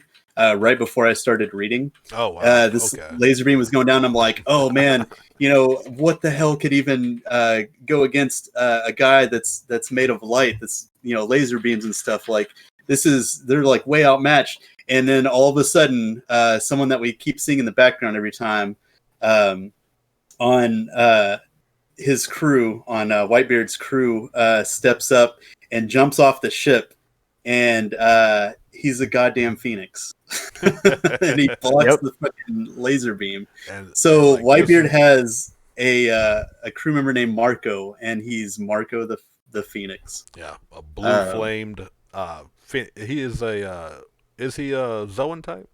He Yeah. is. Yeah. It is He- Zoan he's, category. he's an Yeah. ancient Zoan or whatever. Right. Right. Yeah, And Yeah, this is like it's- again showing One Piece's like master level Pokemon battles of like Devil Fruit with their counteracting who's strong to what. Light is weak to Phoenix.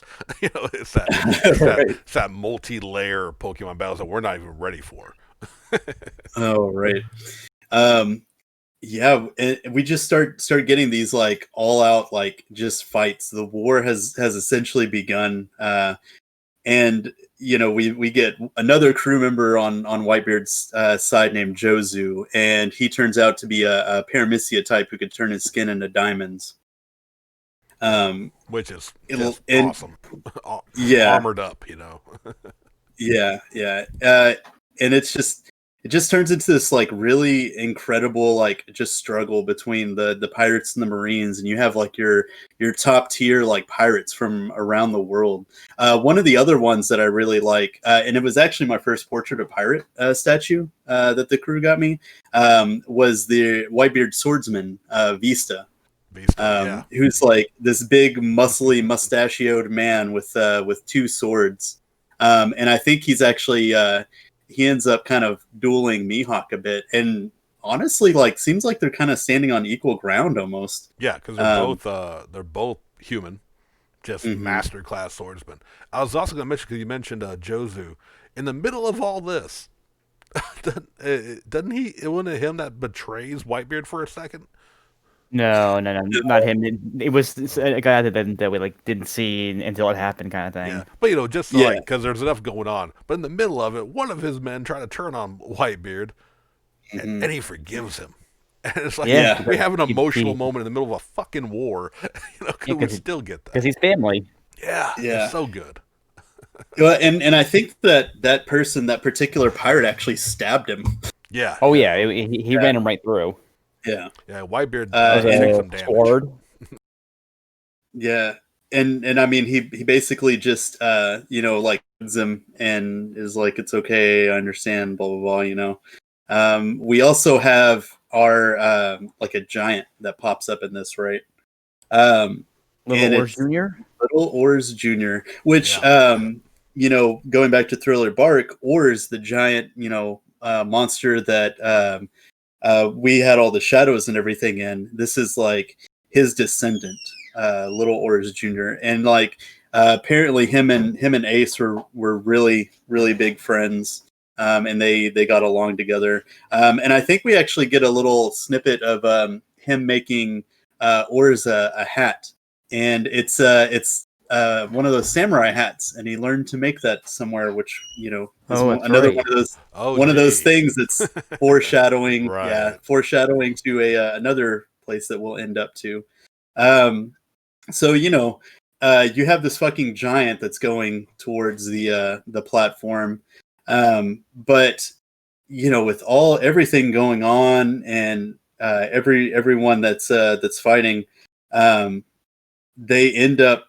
The Marines end up taking Little Oars Jr. down because he's just, you know, being pummeled in by cannonballs. He's got all of these Marines and stuff that are hitting him as well, and it's just kind of like this very like heartfelt moment. I think it was actually Doflamingo. Yeah. Like our this is before we knew too much about him. I mean, we only saw him a few times. He's just this flamboyantly dressed character, and who always like fiddled with something. So that it's like he would like control people, but then all of a sudden he's just like he's tying Little Oars Jr. down. He's cutting he's cutting him up and everything like that, and all with this like unseen power, basically. Mm-hmm. Yeah, and I think he actually ends up like cutting off one of his legs. So Oars starts to go down, and then Moria comes up with a like a shadow spear and skewers him, and ends up, you know, just destroying him. And Moria's like trying to, you know, take dibs on the body because we all know what he's gonna do there. Yeah. Yep. We you know, we kind of get to this point, and like this whole fight's going on, and Little Oars Jr. Dies, but as he died, he had himself positioned like at an upward angle towards the platform, so it kind of gave everyone else like this platform to kind of get up there, like he like made the path for them. And you know, as all this chaos and everything is going on, we kind of hear an arguing, and we're like, what is this noise? And they look up, and coming from the fucking sky is Luffy and everyone else that was on the fucking Marine ship that escaped Impel Down, and they're falling towards the ground. And apparently, they were almost there when they got hit by the tsunami that Whitebeard caused, and then got froze at the top of it. And then I'm pretty sure Ivankov did a death wink, and they just kind of went flying. So they're all like falling into the ground.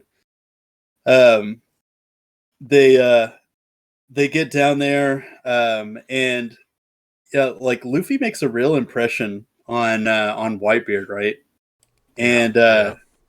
Whitebeard's basically like, oh, you should join my crew, and Luffy's like, oh no, I'm not going to join your crew. I'm going to be the king of the pirates. And Whitebeard just kind of like laughs it off. But after all this fighting and everything, it's just kind of like you know um, one thing after another. And I forgot to mention, we also get, because there's so many characters that we see during this Yeah. arc, but one of them that is also fairly important was Kobe, because he's I don't think he's uh, not a vice admiral. He's like whatever is under a vice admiral or something, or maybe he's just an ensign at this point. Yeah, it's like not maybe not lieutenant, maybe I don't know, but yeah, he's Yeah. not he ain't the cleaning boy. Him and Helmeppo show up in this, Yeah. and you see how much they progressed into the Yeah, Marines. yeah, and it's kind of funny because even their like our artistic style and how they used to look, they look a lot like more mature and grown and everything at this point. And it's kind of one of those things, along with Garp, that they're kind of like, what do we do? And I just glossed over it last time too, but they also introduced them at the end of Water 7 because they snuck up on Luffy and Zoro and started fighting them, and that's whenever we actually got their how they looked and everything. Yeah, we did. Yeah. We did forget to Yeah. mention that. But oh man, like there's so much that goes on in the series.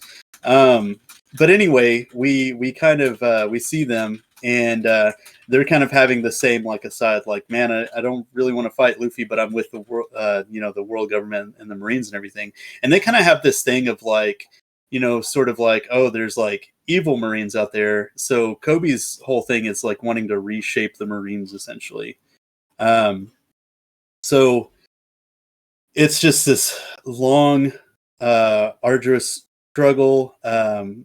We've got just all these pirate crews out there, and now we have all of the prisoners from Impel Down, and it is just absolutely going down. We find out that Akanu's power is he's a freaking lava Logia type, so he's like raining hellfire down on them. Right, and this is all just like you want.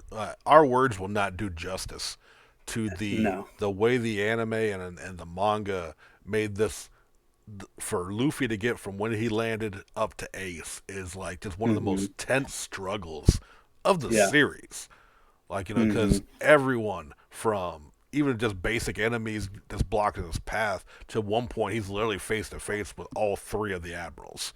Like, it's just, to me, it was just one of the most heart pounding like episodes, because it took episodes to get through all this. Oh yeah. And it was just like I said, our words can't do it justice. Anyone watching One Piece who hasn't made it to it yet, I hope you're not listening for one, but I can't wait to hear. Like, I've got a few friends that are kind of working their way through, and I just can't wait to hear their thoughts. Right, and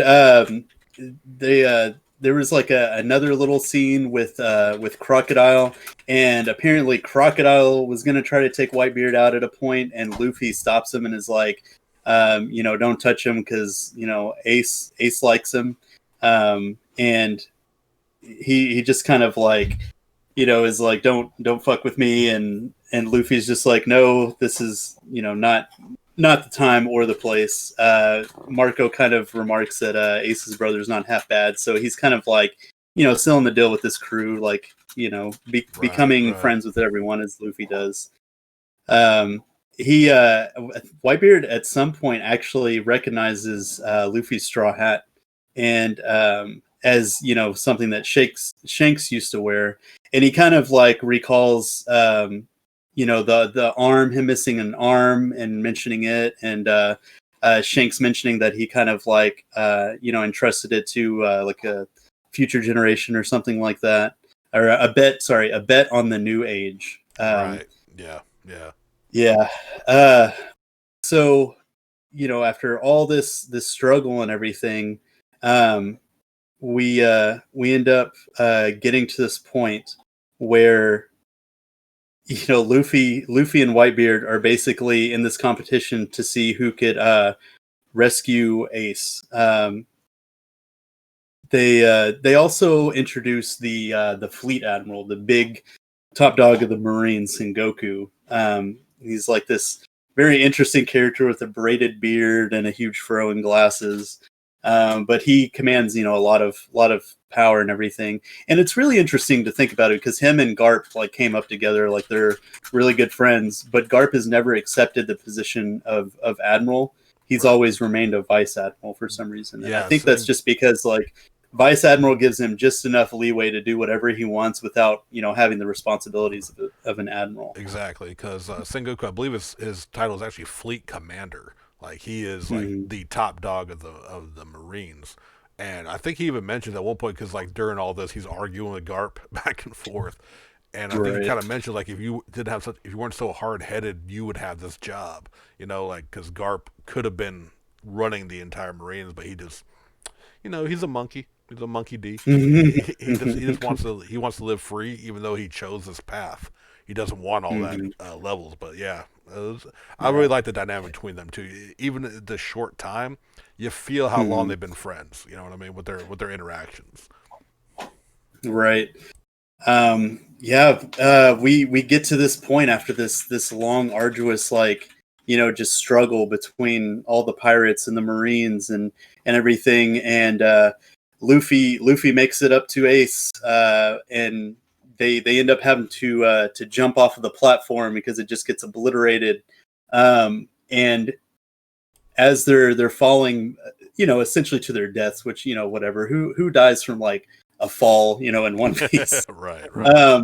They end up, all of a sudden Ace is unlocked and he's free, and he has his ability because of course they had Sea Stone handcuffs on him, and him and Luffy start making a run for it, and as they're going, a Kainu pops up behind them and goes to attack them, and Ace moves in Luffy's way, and so he could essentially turn into flames and just completely not get touched by this attack, but his brother's behind him. And in order to save his brother, he stays, regular, and Akainu punches him straight through. Yeah. And it's just like such an emotional moment because we've had all this buildup of these like last two arcs and all the struggles they went through to get to this point. And Akainu just absolutely just takes all of that away. We just basically get robbed, right? And it's masterfully done because, like you said, Luffy struggled to get to Ace. Just breaking through an entire army. He gets to him, and they have like the anime especially plays on your emotions so much because when they're leaping off and he's getting the he gets the cuffs off and the flames explode out and like the music's like celebratory because this has been for the last few arcs Luffy's struggle, and he did it, and then fucking Akainu just takes it away. Everyone's most hated Marine now at this point. Yep. And then it finally breaks Luffy, and he just like he literally sits there comatose holding his brother. Yeah. This isn't a fake out. This is Ace's death, and like you feel like Luffy. That I feel sorry for the voice actress that voices him because she had to have been hoarse because he lets out just a blood curdling scream, and before he just completely like it's the first time you ever seen Luffy give up in a sense because he just he had nothing left in him. Right. Yeah, because as far as he knows, he lost his crew, and then he goes to save his brother, and then loses him too. So he just he's done. You feel the heartbreak, you feel the emotion in this, and it's like, man, like I'm sure reading it was just as heartfelt, but I really got to give props to the anime for it because they did an excellent job conveying all that, like from the actors, the music, the camera. It's a gut-wrenching scene, and it's just so well done. And, like it's not often I think in this series so far, that we've seen. We have tragic backstories, and we have like bad things happen to people all throughout Luffy's adventures, but like this is the first true gut punch. You know what I mean? I think that we experienced in this series.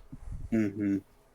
Yeah, I mean, it's the first, death that happens in current time that isn't like a flashback. Like, it's the first time we actually see someone just a kind of a main character just die. Yeah. I mean, Ace had already, he popped up every now and again, but he never was like a forefront of any major arcs until now. But I remember, like how many people were just huge Ace fans. He had he had built up a fan base just from being so damn cool, basically, like just showing up when he did randomly throughout the series, and so like to have him get taken away, it still affects the fan base. It's the unspoken rule that I think needs to be spoken a bit fucking more because fucking One Piece fans love to spoil this. Mm-hmm. You know.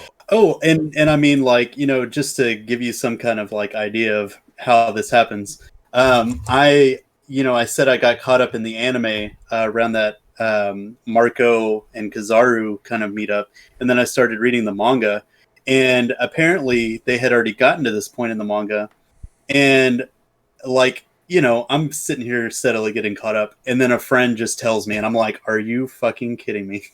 Like, right. Seriously. So like out of all the One Piece stuff out there, like they decided to spoil that for me. Like there's part of me that wants to believe like it's just because it's such an emotional moment that maybe they're just like, can you believe it? Like they really, they just want to talk about it sometimes. Because I've seen and heard people spoil it, and I can't say to my head it ever came across as like, oh yeah, but Ace dies by the way. Like they're just throwing it at him. So I want to give some credit to that, but y'all got to be careful. Like I've got our buddy Nathan, who we spoke to on a previous show. He's one of my friends that's going through the series, and he's very careful about spoilers. He's he's seen some stuff. I mean, he got a Zoro time skip costume for his cosplay. Just because when he looked up his Zoro cosplay, he saw that. But like when he'll ask me things, and he knows he can ask me because I'm going to make sure I word it in a way that I don't give anything away. And even like when I posted the that One Piece crew rap video cipher, he didn't click it. He messaged first, going, "Are there spoilers?" I'm like, "Yeah, there are." And so he ain't watching it, and I'm so hopeful because he's not near this just yet. He's in why do I always forget the Moria one? Thriller Bark. He's in Thriller Bark. Last I talked to him, and I'm just so scared. I'm gonna hear a message of him just going, "Oh, is this when Ace died? I heard about that." I'm gonna be so sad for him because I really want him. He's an emotional dude. Like he gets really caught up in it. And this one, so I'm just saying, if y'all have seen this, because I hope you're listening to this already experiencing this, so it's not spoiling anything. Don't spoil it for anybody who's just now maybe has somehow managed to avoid it online, because it's just it's a heart wrenching moment. I get why people want to talk about it, but you gotta let your friends have that heartache too, so they can appreciate it as it happens, like we did. Because I think honestly, I think I did know. I was gonna say, like, I think I had heard about it. Sorry, Jay. I was finished up. No, sorry. Because I think I did already know about it, but it still got to me just seeing it unfold. But yeah, if I had no idea, it would have been so much more impactful. Sorry, Jerry. Go ahead. No, it was just kind of funny because as we said, like in an earlier episode, I kind of got like that entire house into One Piece, and at one point they were all like watching it together. And I think it was Kat and her brother Josh. Like Ace was like their favorite character, and like she wouldn't speak to me for a week after she got to that point. She was, yeah. So just kind of picking back up on Despair. One of my favorite parts about all this coming up, the aftermath of Ace dying, is Whitebeard's reaction, because he also snaps in a sense, but more of a rage because Akainu just killed his son basically. and so his surrogate son, Right. and so he hits him with his devil fruit power, because we didn't describe how this looks, because it's what he does is he basically punches the air, and the air literally cracks. Yeah, Causing that's so cool. he hits Akainu with this, like, and the crack is right on him, and basically just sends him. He basically just like knocks him out completely. Yeah, Right. completely Yeah, right. and I mean, like even before that, there was like he was, kind of like taking on so much at once. Like he's getting stabbed, he's getting shot. Like half of his face, I'm pretty sure, got melted by Akinu. Like Yep. Yeah, just yeah. it was just insane. And now he's just like it's getting even like worse. And so Jinbei essentially, scoops Luffy up, and he's like, we got to get out of here. And we get to a point where we actually see another crew that's not part of Whitebeard's his whole fleet, and it's Trafalgar Law actually popped up. I guess maybe they wanted to see how things were going to pan out or something like that. Yeah, So they showed up in their submarine, and he actually, with everything that's going on with Luffy, with him being poisoned and beat up and everything through like these last two arcs, you find out that Law is a doctor. Right. He's actually called the Surgeon of Death. But he pulls up, and he's essentially saying, bring him here, and they're gonna like help them get away and everything. And I think one of the like last little tidbits that we get with Luffy is what is it? Jinbei basically gets with Buggy and is like, telling Buggy to find the hat or whatever, and he ends up bringing the hat back to them, to Luffy and Jinbei before they get away. So you kind of have this mass like retreat that's going on with all the pirates there, with the loss of Ace and Luffy being whisked away. Yeah, and it's actually his Buggy floats Luffy to the submarine, which shows. Oh yeah. Even though like he hates Luffy, but it's like even he knows like I gotta get him. Like he felt even with and he hates Ace too, because Ace showed up on Buggy's ship randomly one time and like drank all his liquor, while they all passed out. Yeah. So Buggy hates everyone who's not Treasure, basically. But even he helped Luffy get away. And a great scene, which I'm gonna get into a little Buggy fan boy moment here, if y'all will allow me. While he's go for it. While he's escaping with Luffy, Mihawk tries to stop him by slicing Buggy into like literally slivers of himself, and Buggy still lives. Motherfucker's immortal. It was just great because Luffy was kind of using him as a shield. During that part. And if you think about it, if Buggy was a smarter fighter, he'd be a much bigger threat. But admittedly, he's not. Because like if he can split that small and be fine, he could go into your bloodstream. He could send a part of him into someone's body and kill them. But Buggy just wants treasure. He ain't too worried about it. I'm just saying, you know what I mean? Like he has that potential, but like But I loved it how like he just got sliced all to shit by Mihawk, and he's still like. So for a second, you hear him scream, and then he's like, "Oh, pop right back," and he's going. And during their escape, though, too, one of my favorite okay, what can this mean? What a potential matchup is? Because somebody else shows up when they're escaping, and that's Shanks. Oh yeah, but we're not there yet. Oh, okay. No, sorry. yeah. Jumping ahead. Hold your man. I'm so excited about this. Someone else showed up before that. All right. So, essentially, why they're all escaping, Whitebeard actually stays behind, and he's pretty much giving them he's protecting his children, right? Because that's how he thinks of like everyone in his crew, his fleet, and everything. And he's like creating these like this humongous blast and like stopping them, and it's just like this, he's taking this ridiculous amount of damage from all of these blasts and all of his damage that he's taken in the past, and it's just like one of the biggest moments. Like we just got the death of Ace, and it was just such a huge like point. But I just kind of want to like point this out. Like Whitebeard ends up dying standing straight up, taking, succumbing to all the damage. And they had this really great part in the manga about it, and it's kind of, I think, sort of like a afterwards of this arc. But I'm just going to read it real quick. Even in death, even with half of his head blown clean away, his body refuses to yield. His mighty figure, cutting swaths through his foes, was truly monstrous. Over the course of his battles, he received a full 267 blade wounds. The bullets he endured total 152, and the cannonballs he has withstood amount to 4 10s and 6.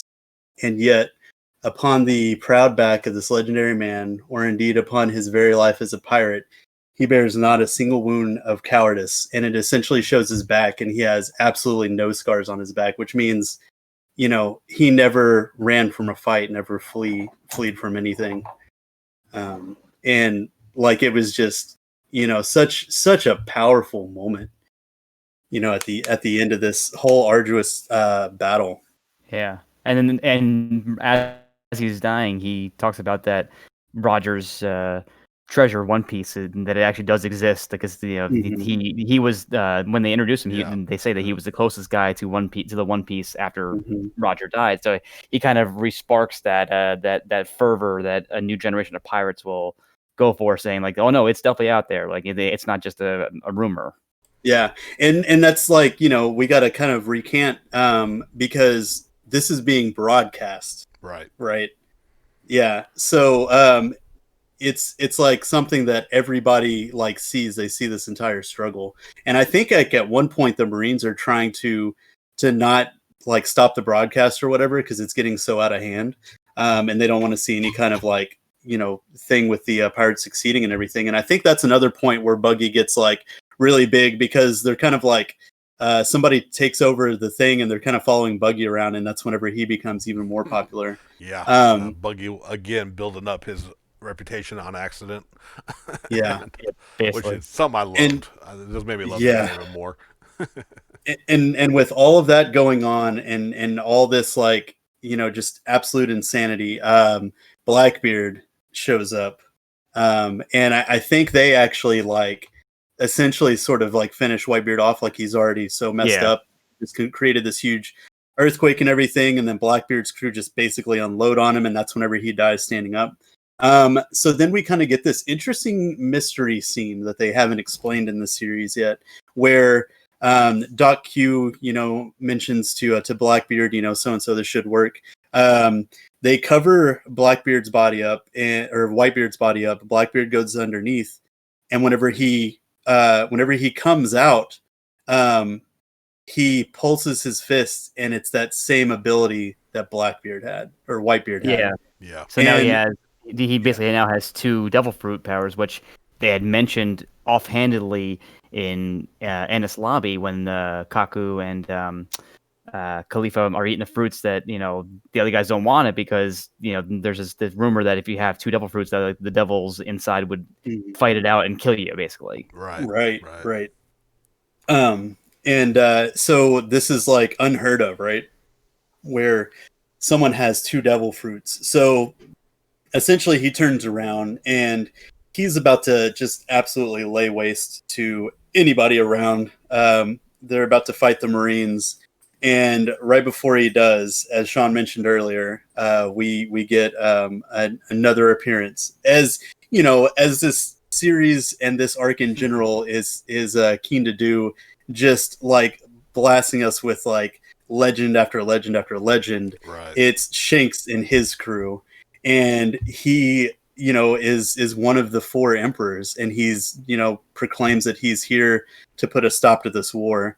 And after everything that happened with Whitebeard and just the mass devastation and this whole war, I'm pretty sure it came to this whole thing of like, we don't want to fight another emperor today. No, thank you. Right. And so the conflict.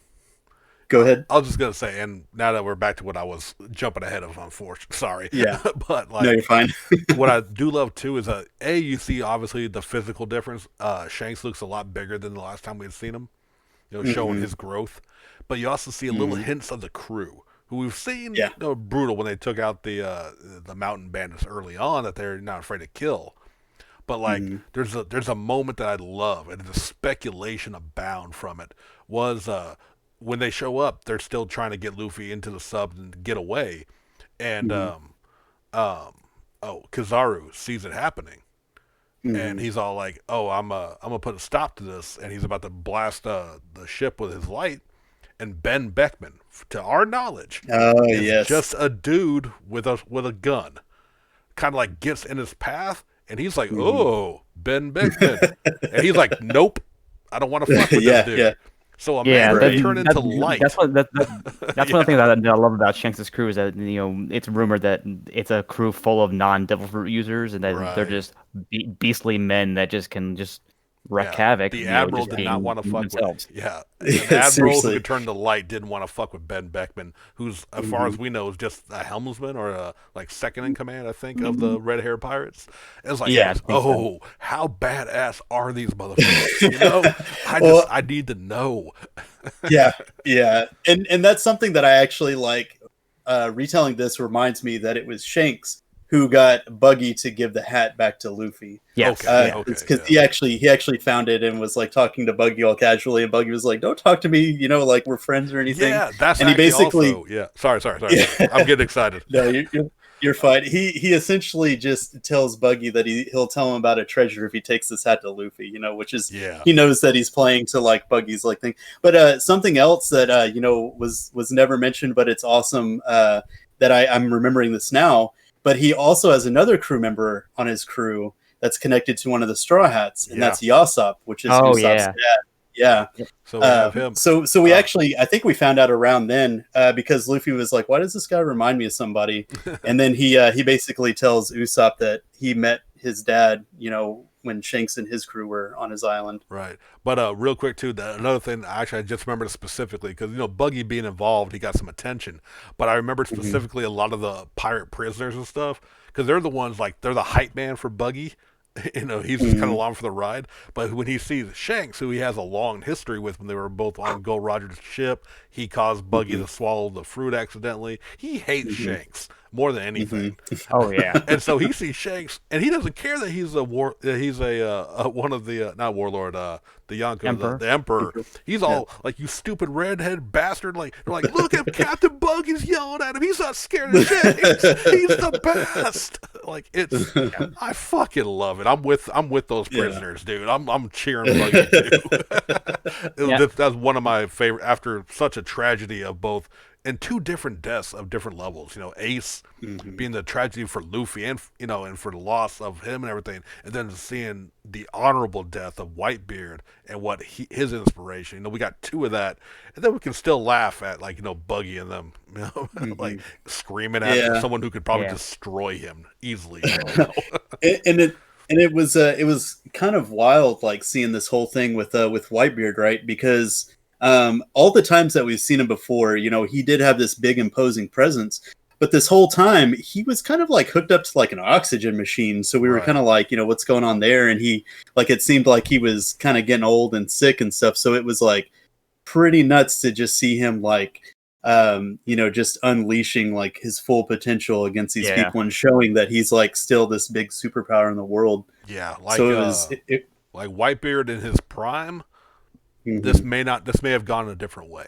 I think. Yeah. Exactly. Like Yeah. he was a beast in his youth, and at this point he's very old, lived a long life, happy life with his family, Mhm. but yeah, he was, like you said, oxygen tank, and an entire armada had to take him down. And if y'all have only Mhm. watched the anime, check out the manga of this because the anime had to censor how much damage he really took. Yeah. If you Oh, really yeah. want to get an idea of how much he put up to get back to his son, it's just Right. even more impactful. Yeah. Yeah. So real quick, I made a note to bring this up when we got to this point. Have you guys heard of the whole thing with Blackbeard having two devil fruit powers? Have you? I read this theory back when this was coming out. Have you heard of the Cerebus theory? Yeah. Yes. Yeah. Yes. Yes. That's Okay, the good, one. because That's they the one make I it- buy into they- more than any of them. Mhm. Yeah, because they made a point of saying that Whitebeard's fruit He was a paramecium fruit. And that it was the strongest paramecium fruit, and that they've implied at times that Blackbeard's Yami fruit, the darkness fruit, is the strongest Logia type. So there's that rumor that he's able to somehow have 3 powers, and then he'll get the strongest Zoan fruit at some point. Well, they've Right. mentioned he has. Oh, sorry. Go ahead. Finish up. It's just cool that like that could happen, and that, like, you know, his Jolly Roger flag is 3 skulls. They kind of represent that. There's like the whole thing later on that he doesn't sleep at all or something like that, and like there's like 3 different thing, like 3 different people living in like one body almost, or something like that. It's like it's weird stuff. Right. Yeah. He has a thing with 3s. Like you said, the 3 skull flag. He has 3 pistols on his belt, missing 3 teeth, and they even mentioned he has a unique body, which may mean, I think going with the Cerberus fruit idea, he may already have it, and that's why he can contain multiple devil fruit. But that too. Yeah, like what if like his first fruit was actually the Cerberus fruit, right? And he had to get that before he could start collecting more, so it made it to where he could get 2 more fruits or something, maybe to that extent. But we even now, all 3 of us are caught up in the manga. We still don't know. This is pure speculation. Yeah. Oh yeah. He's only briefly been shown, you know, in recent time. So you know, we get to this point where the war is basically over. Shank's crew came and shut that shit down. Right. Luffy is with the Heart Pirates with Law and his crew in their submarine. They essentially meet up with Boa Hancock, and they get to this point where they, you know, he's operating on Luffy, but you know, he can heal the body, but he can't heal the mind and everything that's going on with him in his head. And they get to this like really good scene, and where Jinbei basically gets to him, and he's like, you know, what do you still have? Like, he's like taking hits from Luffy and hitting Luffy and everything, and we get to this scene where he's like, you know, what do you have left? You know, what do you have left to live for and stuff? Because he's basically just you know, lost it all. But then he starts thinking of his crew, and he kind of comes to this realization that he like still has to live for his crew. And I know we've been on this for like a while. Yeah, so we are. We probably got to wrap it up here in a second. We're past the 2-hour mark. So essentially, what I'm just gonna like kind of run through. Rayleigh shows up and basically takes Luffy out to this island, and he's like, hey, you know, we're gonna train, so you know you can protect your crew. Luffy gets this idea, and essentially when they were on Sabaody, he was like, you know, we'll all go our separate ways and meet back up in 3 days. And then all of a sudden they all just got poofed, spirited away and everything. So Luffy and the Fishman Pirate, or not the Fishman Pirates, the Amazons, and was it Rayleigh and Jinbei, all end up going back to it's not Mary Jo's, to Marineford, you know, because like who would be crazy to go back here? And he basically makes a huge scene and gets put in the paper because he's like putting flowers down from where Whitebeard and Ace died. And so these pictures get taken of him, and all of his crew are basically like trying to scramble to get back to him. And then they see this paper, and on his arm, he has 3D 2Y with the 3D marked out. And so they come to the conclusion, like, we'll meet up again, not in 3 days, but in 2 years. And they all kind of like make this agreement to, you know, train up and meet again in 3 years. And that's whenever we get a fucking month-long hiatus or 2-month-long hiatus from fucking One Piece. Yeah, I forgot there was a long break, wasn't there? It was, yeah. Yeah, but again, like, kind of giving final thoughts on this huge, you know, arc that we just had. Like, again, Oda shows, like, no matter how strong Luffy's gotten up to this point, all he's gone through, he, without, you know, again, defeat and showing the growth, you know, like, we're still seeing that even at this point, there's still huge hurdles for Luffy to get over. And he realizes, like, I'm not going to rest up here in a month or so and be ready to come back. Like, we are not strong enough. Nobody in my crew can handle the Marines right now. So we need to take 2 years to get stronger. So, like, that's just so well, because, time skips in Shonen Jump aren't anything new. But, like, again, I still think Oda just writes it. It just makes a lot of more sense in his stories. Yeah, because up to this point, Naruto had already done a time skip. When this was coming out in the manga, so that it was like it was kind of like following suit that the big three were all going to do like a little time skip jump. Right. Yeah. Yeah, and I mean, like, it's just been fantastic how it worked out, and how Kuma basically sent them all to like these islands that they would go to, that they could like find more information and train up and everything like that. And it was just it was just really well done.